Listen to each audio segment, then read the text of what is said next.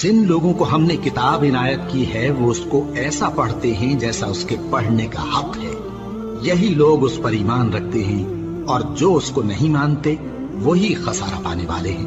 اے بنی اسرائیل، میرے وہ احسان یاد کرو جو میں نے تم پر کیے، اور یہ کہ میں نے تم کو اہل عالم پر فضیلت بخشی، اور اس دن سے ڈرو جب کوئی شخص کسی شخص کے کچھ کام نہ آئے اور نہ اس سے بدلہ قبول کیا جائے اور نہ اس کو کسی کی سفارش کچھ فائدہ دے اور نہ لوگوں کو کسی اور طرح کی مدد مل سکے۔ اور جب ابراہیم کی اس کے پروردگار نے چند باتوں میں آزمائش کی تو وہ ان میں پورے اترے۔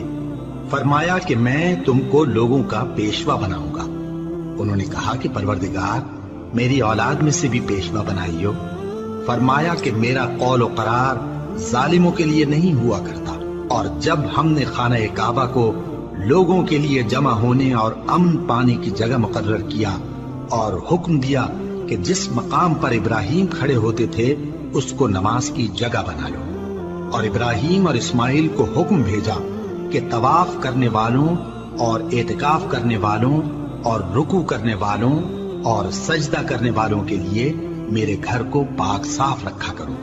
اور جب ابراہیم نے دعا کی کہ اے پروردگار، اس جگہ کو امن کا شہر بنا اور اس کے رہنے والوں میں سے جو اللہ پر اور روز آخر پر ایمان لائیں ان کے کھانے کو میوے عطا فرما، تو اللہ نے فرمایا کہ جو کافر ہوگا میں اس کو بھی کچھ مدت تک سامان زندگی دوں گا، مگر پھر اس کو عذاب دوزخ کے بھگتنے کے لیے مجبور کر دوں گا، اور وہ بری جگہ ہے۔ اور جب ابراہیم اور اسماعیل بیت اللہ کی بنیادیں اونچی کر رہے تھے تو دعا کیے جاتے تھے کہ اے ہمارے پروردگار، ہم سے یہ خدمت قبول فرما، بے شک تو سننے والا ہے، جاننے والا ہے۔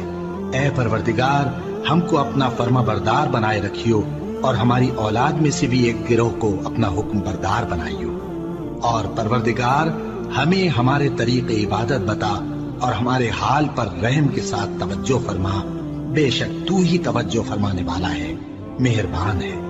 اے پروردگار، ان لوگوں میں انہی میں سے ایک پیغمبر مبعوث کیجو جو ان کو تیری آیتیں پڑھ پڑھ کر سنایا کرے اور کتاب اور دانائی سکھایا کرے اور ان کے دلوں کو پاک صاف کیا کرے، بے شک تو غالب ہے، صاحب حکمت ہے۔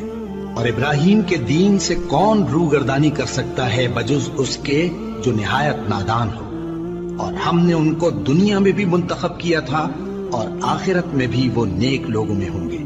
جب ان سے ان کے پروردگار نے فرمایا کہ میرے فرما بردار ہو جاؤ تو انہوں نے عرض کی کہ میں رب العالمین کا فرما بردار ہو گیا۔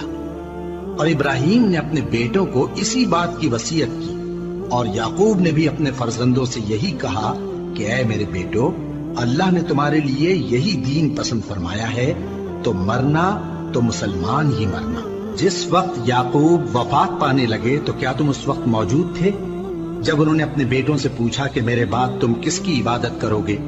تو انہوں نے کہا کہ آپ کے معبود اور آپ کے باپ دادا ابراہیم اور اسماعیل اور اسحاق کے معبود کی عبادت کریں گے، جو معبود یکتا ہے اور ہم اسی کے حکم بردار ہیں۔ یہ جماعت گزر چکی، ان کو ان کے اعمال کا بدلہ ملے گا اور تم کو تمہارے اعمال کا، اور جو عمل وہ کرتے تھے ان کی پرسش تم سے نہیں ہوگی۔ اور یہودی اور عیسائی کہتے ہیں کہ یہودی یا عیسائی ہو جاؤ تو سیدھے رستے لگ جاؤ گے۔ اے پیغمبر، ان سے کہہ دو نہیں، بلکہ ہم دین ابراہیم اختیار کیے ہوئے ہیں جو ایک اللہ کے ہو رہے تھے اور مشرکوں میں سے نہ تھے۔ مسلمانوں، کہو کہ ہم اللہ پر ایمان لائے اور جو کتاب ہم پر اتری اس پر، اور جو صحیفے ابراہیم اور اسماعیل اور اسحاق اور یعقوب اور ان کی اولاد پر نازل ہوئے ان پر، اور جو کتابیں موسیٰ اور عیسیٰ کو عطا ہوئی ان پر، اور جو دوسرے پیغمبروں کو ان کے پروردگار کی طرف سے ملی ان پر، سب پر ایمان لائے۔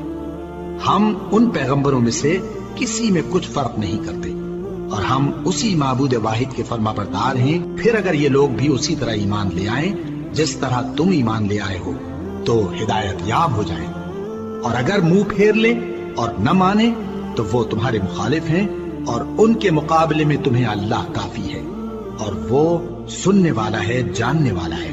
کہہ دو کہ ہم نے اللہ کا رنگ اختیار کر لیا ہے، اور اللہ سے بہتر رنگ کس کا ہو سکتا ہے؟ اور ہم اسی کی عبادت کرنے والے ہیں۔